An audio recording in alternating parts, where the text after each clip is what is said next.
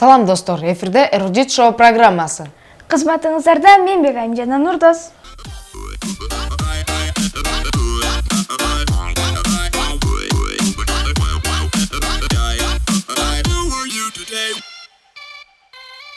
Окуу жылы аяктап, мектеп окуучулары жайкы каникулга чыгып жаткан учуру. Туура айтасың, Нурдос. Досторубуз кайда эс алышат? 3 айлык каникулда убактысы кантип өткөрөт? Чогуу баам салып көрсөк. Анда эмесе Ширин сөз рубрикасы назарыңыздарда.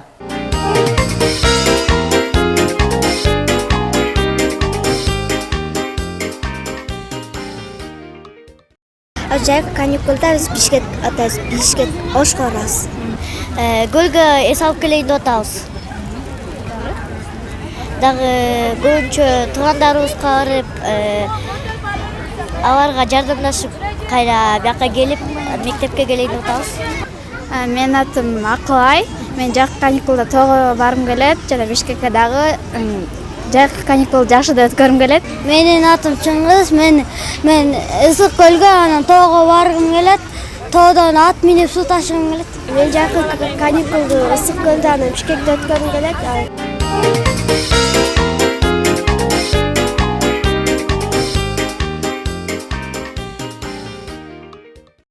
Биринчи июнь балдардын эл аралык күнү. Бул күнү майрамга карата Керемет көчтүн каармандары бизге конокко келген. Алардын бизге койгон театралдаштырылган концертине чогуу күбө болсок. Урматтуу достор, силер кыргыздын хоббилери билесиңерби? Билсеңер атады белгилечи. Кимди тапса, биз аябай сонун менен биз бар. Биз бешке чейин сынайбыз.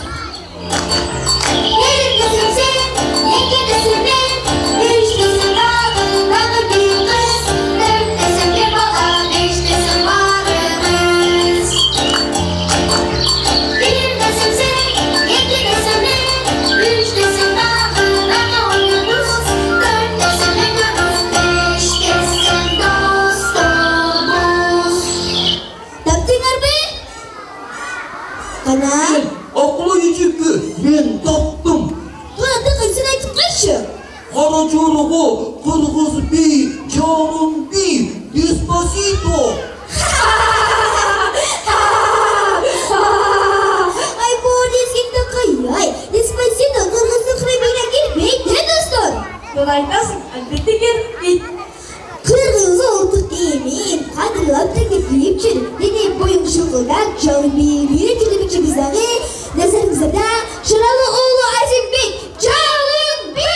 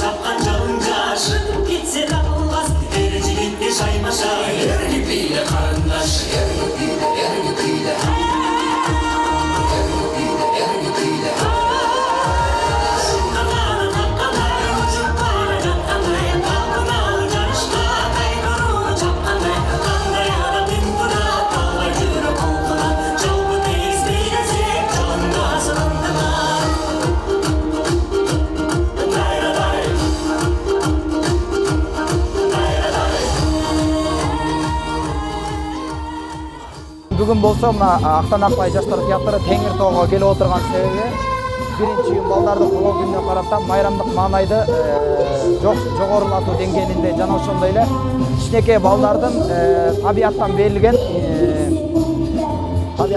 неме өзүнүн көркөм өнөрлүк чыгармачылыктарын жогорулатуу боюнча алыстан ат тартып келгенбиз.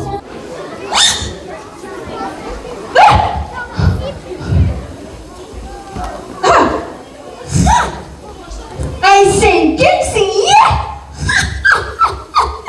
İbni, sen beni tanıyorsun mu? Men degen balдардын сүйүктүүсү креш gibi yapalım. Geldim, çıkan okşam. Kıtır kıtır var, sasılan kreš gibi gelindi.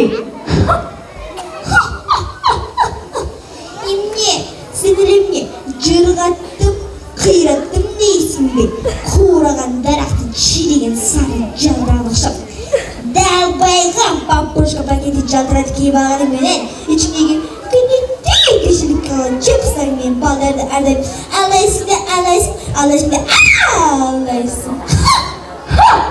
Ay kök ne kıyış ki? Memnunca dikmenlerine çıkan kezde gerek olsun senin. Ruhun da tuhun da çok öyle. Beni de kayda baytma kaldın bildi. Kök senin püstay başkasına aşık. Mıga konkurrent ol.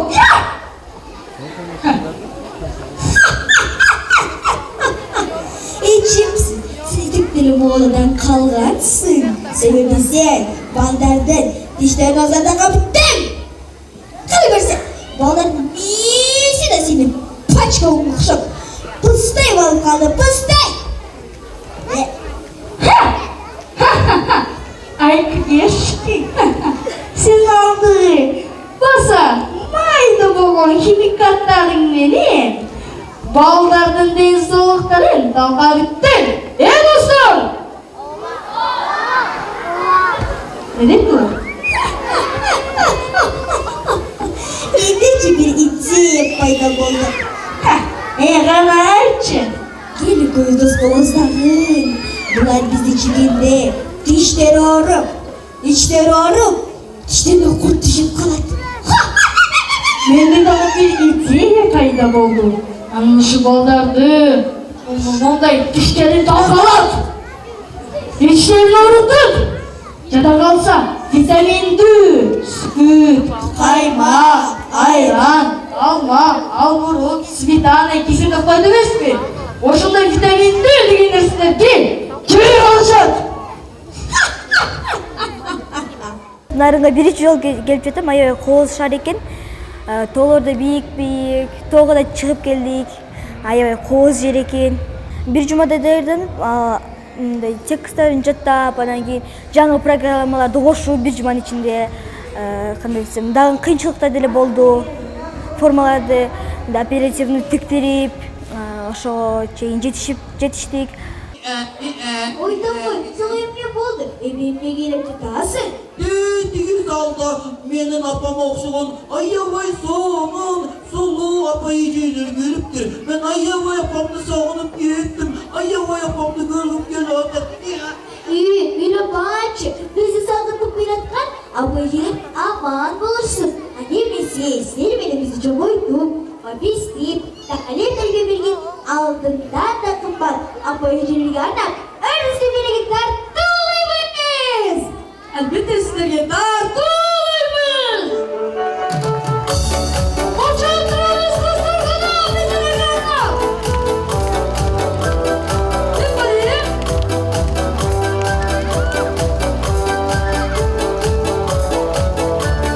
Uşul sağda oturmak ama ilgili aman olsun.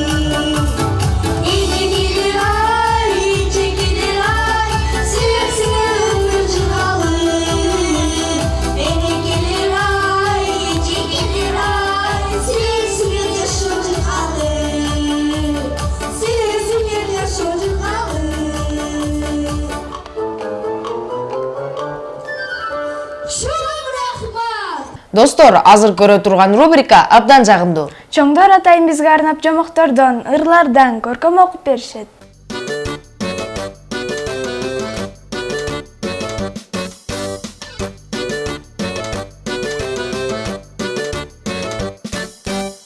Балдарды патриоттулукка үйрөтүп, мекенибизде баягы согуш болбой өнүгүүсү болуп эле мекенге бир салым кошуп, ошолорго бир жакшы жүрүп, жакшынакай окуп, ата-энени, мугалимди окуп, биздин келечек болуп, жакшы билимдүү, акыл эстүү балдардан өсүп өнүп, анан кыргыз мамлекетибизге бир жакшы бир салымдарын кошкон Кыргыздын чоң уул кыздарынан болушуңуздар тилеймин. Азыр эми менин ушул сиздерге Чыңгыз Айтматовдун ушул Саманчынын жолунда жазылган Майсалбектин апасына жазган катын окуп берсем. Апаке, ак сүтүңдөн айланайын апакем, деп баштаптыр. Мен сени кандай киши экениңди билбесем, бул катты жазбайт болчумун. Сенин акылмандыгыңа, кайратыңа, сенин күчүңө ишенип жазып отурам. Ошентсе да эмне деп түшүндүрүп, эмне деп айтууга сөз таба албай, ал акандай ак баракты тиктеп отурган кезим. Акыр түбү менин кылган ишимди туура деп табарсың. Мен ага өзүмө ишенгенде ишенем. Ооба, апа, сөзсүз мени туура дерсиң. Антсе да түшүнсөң да, жүрөгүңдүн түпкүрүңдө мага деген айтылбаган сурооң калар. Балам, кантип өз өмүрүңдү өзүң кыйдың? Адамга бир гана жолу берүүчү бул жарык дүйнө менин кантип өзүңө эле коштотуп кете бердиң? Мен сени эмнеге төрөп, эмнеге өстүрүп чоңойттум? Ооба апа. Энесиң, сенин бул суроолоруңа тарых кийин жооп берет. Ал эми менин айтаарым, согушту биз тилеп алган жокпуз. Бул көптүн башына келген кыйын иш, бүткүл адам баласына балта урган зулум күч. Биз аны менен күрөшпөй кое албайбыз. Аны үчүн кан төгүп, аны үчүн жан берип, аны кыйратып жок кылууга милдеттүүбүз. Антпесек, биздин адам деген атыбыз өчөт. Мен согушта жүрүп, эрдик көрсөтөйүн деп эч качан энсеген эмесмин. Мен өзүмдү эң бир жөнөкөй, эң бир асыл ишке, мугалимдикке даярдап жүргөнмүн. Заманым ушул экен, балдарды тамга таанытып окутуунун ордуна курал кармап жоокер болдум. Ал менин айыбым эмес. Мына, азыр мектепте окуучу жаштарга менин биринчи жана эң акыркы берип кетер сабагым ушул. Аларга окутуп кеткен билимим да ушул. Бугачы мен турмуштан алып чыккан баардык билимди жумшайм. 1 сааттан кийин мен мекеним тапшырган ишке барып, кайра кайтпаймын. Душмандын талуулуу жерине барып, аны кайратып, өзүм да жок болом. Мекен үчүн, эл үчүн, жеңиш үчүн, дүйнөнүн баардык жакшылыгы үчүн. Бул менин акыркы катым, акыркы калем шилтешим, акыркы сөзүм. Апа, 1001 апа десем да, кадырыңа жете бербелем. Түшүнгүн, бул жөн эле өлүп берүү эмес, бул жөн эле жанкечтилик эмес, бул өмүр сүрүүнүн эң бир эбегейсиз түрү. Кулакка балким жат тугулса да, бул жашоого үчүн болгон өлүм. Мен өз ыктыярым менен ушуну туура таптым. Мен эч кандай кылчактаган жерим жок. Мекеним бул ишти мага ишенип тапшырган үчүн сыймыктанам. Мени жоктоо апа. Менин артында туягы калган жок дебе. Дүйнөдө мындан ары согуш болбосо, жаңыдан төрөлбөгөн баланын ыңаалаганы ошол мен. Бой жеткен кыздардын жоодураган көздөрү ошол мен. Бутакта көгөргөн жалбырак ошол мен. Талаада өнүп чыккан эгин ошол мен. Мугалимдин балдарга биринчи үйрөткөн тамгасы ошол мен. Ошонун баары мен. Мен деп билип жүргүн апа. Ыйлаба апа, эч ким ыйлабасын. Мындай өлүм үчүн эч ким ыйлабасын. Кош түбүлүккө кайыр кош. Кош караганыңдан айланайын алатоо. Сенин мугалим уулуң лейтенант Майсалбек Субанкулов.